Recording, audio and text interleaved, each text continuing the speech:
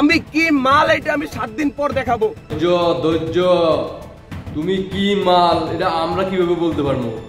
তুমি কি মাল সেটা তো তুমি যে সমকামিতাকে প্রমোট করো ওই ভাইয়েরা বলতে পারবে, কার সাথে তোমার ওই ধরনের লেনদেন হয়, সময় কাটাইছো, এটা তো ওরা বলতে পারবে তুমি কি মাল। এখন কি 7 দিন পরে কি বাইয়ে কি কাপড় চোপড় খুইলা ঢাকা শহরে কি দেখাইবে নাকি যে ওনার ভিতরে কি আছে না আছে? তাহলে আমরা অপেক্ষা করি নাকি 7 দিন পরে দেখি কি অবস্থা, বাকিটা আমরা শুনি, তারপর আমি আলোচনা করতেছি। আমি কি মাল এটা আমি 7 দিন পর দেখাবো। দেশের মানুষ, দেশের বিপ্লবী ছাত্র জনতা আমার সাথে আছে। আমি 7 দিনের মাথায় রাজপথে দাঁড়াবো, বিপ্লবী ছাত্র জনতাকে নিয়ে দরকার হয় আমি বিপ্লবী সরকারের ডাক দিব। এই সরকারের উপর 60% মানুষ আস্থা হারাই ফেলছে। কি উচিত ছিল? আমরা যারা ফ্রন্টে আন্দোলন করেছি তাদের প্রোটেকশন দেওয়া দরকার ছিল এই সরকারের। ধানমন্ডি 32-এ বুলডোজারের সামনে স্লোগান দিচ্ছি, তার উচিত ছিল না? যারা ফ্রন্টে থেকে স্লোগান দিচ্ছে, মিছিল করছে, মিটিং করছে, যারা জুলাই আগস্টে আন্দোলন করছে তাদেরকে আলাদাভাবে কেয়ার করার কখনো চাইছি? জুলাই আগস্ট আন্দোলন করে কখনো উপদেষ্টা হতে চাইছি? দেখাতে পারবেন? কিছু চাইছি, টাকা চাইছি, পয়সা চাইছি, দেশের মানুষের নিরাপত্তা চাইছি, নিজের নিরাপত্তা চাইছি। সেখানে এখন আমার বাড়ি নাই। লাউড অ্যান্ড ক্লিয়ার ভাইয়া, 7 দিনের মাথায় আমি আমার পোড়াবাড়ির রাস্তায় দাঁড়াবো। লাস্ট অ্যান্ড ফাইনাল কথা, আমি 7 দিনের ভিতরে সুষ্ঠু তদন্ত করে, এটা হাসিনা তো লাগাই নাই, এখানের মানুষ লাগাইছে, আওয়ামী লীগ লাগাইছে, ছাত্রলীগ লাগাইছে। আইন শৃঙ্খলা বাহিনীর প্রতি আমি শ্রদ্ধাশীল। সম্ভব, মানুষের পক্ষে আইন শৃঙ্খলা বাহিনীর পক্ষে অসম্ভব কিছু না। দেশের মানুষ আগুন লাগাইছে।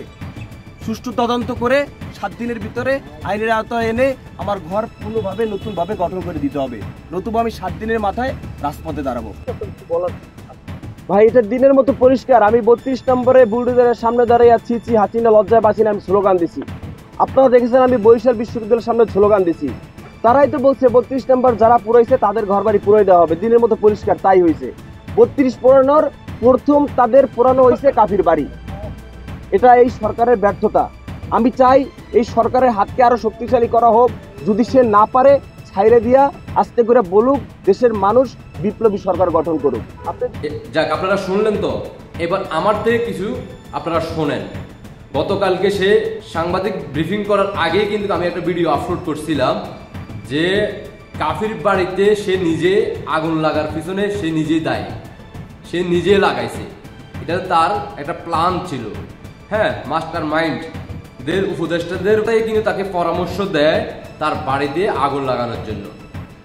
আপনারা চিন্তা করেন, যে লোকের বাড়ির পিছনে যে আপনারা ইতিমধ্যে দেখছেন সোশ্যাল মিডিয়াতে, তার একটা টিনের বাড়ি। এখানে কত টাকা টিনের বাড়ি হতে পারে? একটা বাড়ি, পুরানো বাড়ি আগুন লাগাই দিছে, তার পরিবারের কোনো লোক একটা শরীরে, তার পরিবারের কোনো সদস্যর শরীরে বিন্দু পরিমাণে কোনো চিহ্ন নাই যে তারাদের ঘরের ভিতর থেকে, তারা বলছে বাইরের থেকে তালা মারা দেওয়া হয়েছে, দরজা বন্ধ ছিল বাইরের থেকে। তাহলে সারা যে ঘরটা পুরে ছাই হয়ে গেছে, তারা কিন্তু ঘর থেকে বাইর হয়েছে। 4 মাসের একটা বাচ্চাও আছে। তার পুরো পরিবারের একটা লোকের শরীরে কোনো চিহ্ন নাই। বুঝেন ব্যাপারটা, বোঝেন বাংলাদেশের মানুষকে কিভাবে তারা ধোঁকা দিচ্ছে। আমি পূর্বে বলছিলাম, সে সাংবাদিক সম্মেলন করার আগে আমি বলছিলাম সে বলবে উপদেষ্টাদেরকে জুলাই ফাউন্ডেশন থেকে তাকে যেন একটা বাড়ি করে দেওয়া হয়, নতুন দালান, একটা ডুপ্লেক্স বাড়ি সে দাবি করতেছে, হ্যাঁ, করে দেওয়ার জন্য। ঠিকই সে সাংবাদিকদের সম্মেলনের পরে সেটা সে প্রকাশ করছে।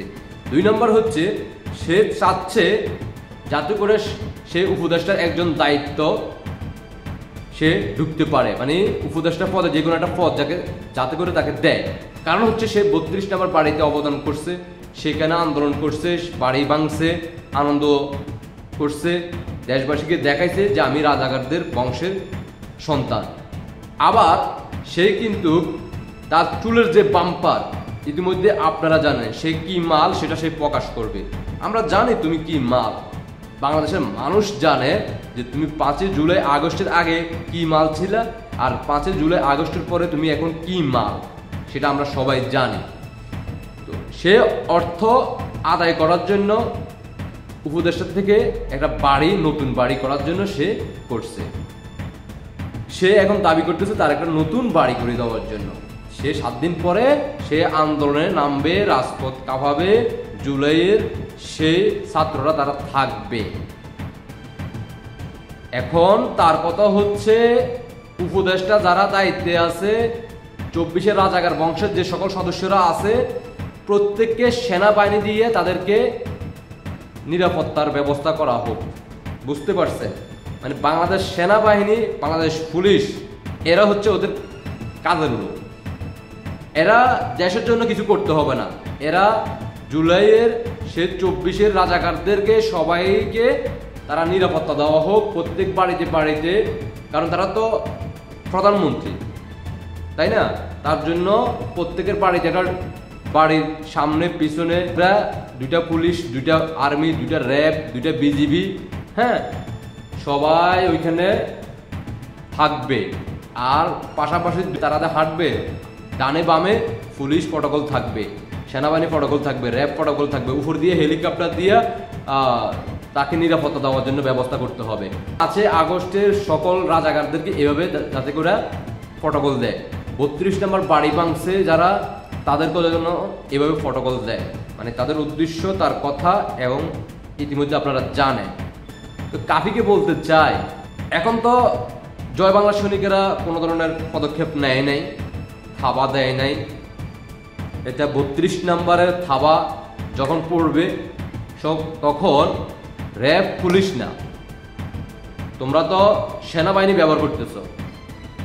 বিগত 16 বছর মাননীয় প্রধানমন্ত্রী শেখ হাসিনা ক্ষমতা থাকা অবস্থা তোমাদের মতো জিন্নাতের বংশের সন্তানদেরকে হালকা পাতলা দিয়া তোমাদেরকে দাবায় রাখছে, মানুষ বুঝতে পারছে। পরবর্তীতে 5 আগস্টের পূর্বে বাংলাদেশের মানুষ বুঝতে পারে নাই, মানুষ ভুল বুঝেই তোমাদের সাথে যোগ দিছে। এখন ডাক দাও, দেখো তোমাদের কতজন লোক থাকে। আর জয় বাংলার সৈনিকরা যখন থাবা দিবে, তোমরা তো সেনাবাহিনী দিয়ে এখন তোমরা চলতেছ, জয় বাংলা সৈনিকদের সামনে সেনাবাহিনী কোনো কিছুই করতে পারবে না। তো এখন পর্যন্ত জয় বাংলার সৈনিকরা থাবা দেয় নাই, অপেক্ষা করো। আর তুমি চেষ্টা চালিয়ে যাও জুলাই ফাউন্ডেশন থেকে একটা বাড়ি নেওয়ার জন্য। তুমি আরও চেষ্টা চালিয়ে যাও যাতে করে জুলাই ফাউন্ডেশনের ওদের সহযোগিতায় যাতে তুমি উপদেষ্টা হতে পারো। তুমি আরও চেষ্টা করে যাও যাতে করে সারা বাংলাদেশের মানুষের আবেগকে কাজে লাগিয়ে আবারও রাজপথে 2-1টা ছাত্রছাত্রীদেরকে এই দুনিয়া থেকে জান্নাতে পাঠাই দেওয়ার জন্য ব্যবস্থা করো। কারণ তোমরা নিজেরাই প্রকাশ করছো, তোমরা অন্যের বাড়িতে ঘর বাড়ি লুটপাট করতেছো, তোমরা অন্যের বাড়িতে আগুন দিচ্ছ, আনন্দ করছো। এখন ওইটা যখন মানুষের ফোকাসে চলে আসছে, তুমি কাফি জিন্নাতের বংশের সন্তানরা যারা রাজাকাররা যে বাংলাদেশকে তারা কোন দিকে নিচ্ছে, তারা আসলে কি বাংলাদেশের পক্ষের শক্তি নাকি বাংলাদেশ পাকিস্তানের পক্ষের শক্তি, তারা এটা যখন বোঝা শুরু হয়ে গেছে, জনগণ বুঝতেছে। এখন তুমি এটাকে আবার ওইখান দিয়ে তোমার স্বামীমের সাথে স্বামী স্ত্রীর আদান প্রদান নিয়ে দ্বন্দ্ব, হ্যাঁ, এটা নিয়ে তোমরা ঝগড়াঝাটি করতেছো। এখন তুমি স্বামী হইতে চাইছো নাকি স্বামী ময়না স্ত্রী হইতে চাইছে, প্রস্তাব কে কারকে দিছে এটা তো আমরা জানি না, তোমরা প্রকাশ করো না এই পর্যন্ত, সামনে হয়তো আমরা শুনবো। তো এটাকে তুমি অন্যদিকে নেওয়ার জন্য, এখন মানুষের আবেগ ইমোশন কাজে লাগানোর জন্য এখন তোমার বাড়িতে তুমি আগুন দিছ, অথচ তোমার পরিবারের একটা সদস্য একটা ফুলের টোয়াও শরীরে লাগে নাই। মানুষকে বুঝাচ্ছ আমার পুরো পরিবারকে মেরে ফেলার জন্য এই কাজ করছে। এবার চিন্তা করো, তুমি তো এটা প্ল্যান করছো। এবার আমাদের মাননীয় প্রধানমন্ত্রী শেখ হাসিনার বঙ্গবন্ধু সহ পুরো পরিবারটাকে যে এইভাবে মেরে ফেললো, সেই মাননীয় প্রধানমন্ত্রী শেখ হাসিনা সে কত কষ্ট কইরা নিজেকে এ পর্যন্ত আন্দোলন সংগ্রাম কইরা প্রধানমন্ত্রী হয়েছে, তারপরে দেশের 16 বছরে একটানা ক্ষমতা থাইকা দেশের জন্য করছে। বঙ্গবন্ধুর স্বাধীনতার শক্তি, বঙ্গবন্ধুকে নিয়ে তোমরা কত ধরনের অপমান করছো, তুমি যুদ্ধ করছো, তুমি এ করছো সে করছো, তুমি কার সাথে যুদ্ধ করছো, কোন দেশের সাথে যুদ্ধ করছো, কয়টা গুলি তুমি করছো, কোন সেনাবাহিনীর সাথে তোমরা যুদ্ধ করছো, বাংলাদেশের সাধারণ মানুষের সাথে তোমরা যুদ্ধ করছো, বাংলাদেশের মানুষের ভাগ্য নিয়ে তোমরা খেলছো।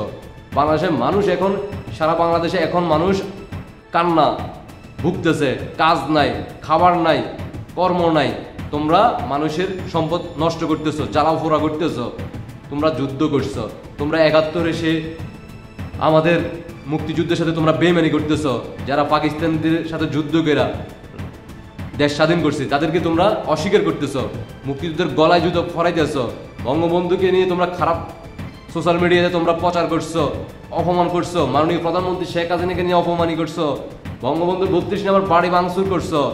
তোমরা শান্তিতে থাকতে পারবা? মাটির নিচে যদি তোমরা মারা যাওয়ার পরে মাটির নিচ থেকেও তোমাদেরকে উত্তোলন করা হবে মাননীয় প্রধানমন্ত্রী শেখ হাসিনা দায়িত্ব পাওয়ার পর। এত সেনাবাহিনী প্রটোকল দাও, যেটাই দাও করতে থাকো, তোমাদের এই দিন সেই দিন না। অপেক্ষা করো প্রিয়, দেখা হবে ইনশাআল্লাহ। জয় বাংলা সৈনিক ভাই বোনেরা, এই মুহূর্তে আপনি কোথায় থেকে দেখতেছেন জানাইতে পারেন। দেশে প্রবাসে যেখানেই থাকুন না কেন সর্বোচ্চ শেয়ার করে দেশবাসীকে দেখার সুযোগ করে দিবেন। এটা আর একটা ধান্দাবাজি শুরু করছে। আর যারা সত্যিকারা আহত হয়েছে তাদের সাথে বেইমানি করা হচ্ছে। তারা কয়েকজন 50 থেকে 60 জন যারা আছে দায়িত্বে, তারা এই সুবিধাগুলো ভোগ করবে। আর যারা আহত হয়েছে তাদেরকে সামনে রাখবে, যে তারা এখনো চিকিৎসা পায় নাই, তারা আন্দোলন করতেছে, তাদেরকে দিয়ে আবারও আন্দোলন করাবে। এটা হচ্ছে ইনুসগঞ্জের মাস্টার মাইন্ড হিসেবে ছাত্রদেরকে ব্যবহার করা হচ্ছে। মানুষের আবেগকে কাজে লাগিয়ে তাদেরকে চিকিৎসা করতেছে না, তাদেরকে কষ্ট দেওয়া হচ্ছে, তাদেরকে দিয়ে সামনে আবারও আন্দোলন করাবে যে এরা তো এখনো চিকিৎসা হয় নাই, এদের এখনো কিছু হয় নাই, দেশ কিভাবে আমরা কি করবো দেখাচ্ছে। তো আমার জয় বাংলা সৈনিক ভাই বোনেরা কি কোথা থেকে দেখতেছেন আশা করি সবাই বুঝতে পারছেন। সবাইকে অসংখ্য ধন্যবাদ। দ্রুত ভিডিওটা সবকিছু শেয়ার করে দেশবাসীকে দেখার সুযোগ করে দিবেন। আর আপনাদের ব্যক্তিগত মতামত অবশ্যই কমেন্টে জানিয়ে যাবেন। আশা করি বুঝতে পারছেন। সবাইকে অসংখ্য ধন্যবাদ। আল্লাহ হাফেজ। জয় বাংলা, জয় বঙ্গবন্ধু, জয় শেখ হাসিনা। বিজয় আসবেই আসবে ইনশাআল্লাহ। আল্লাহ হাফেজ।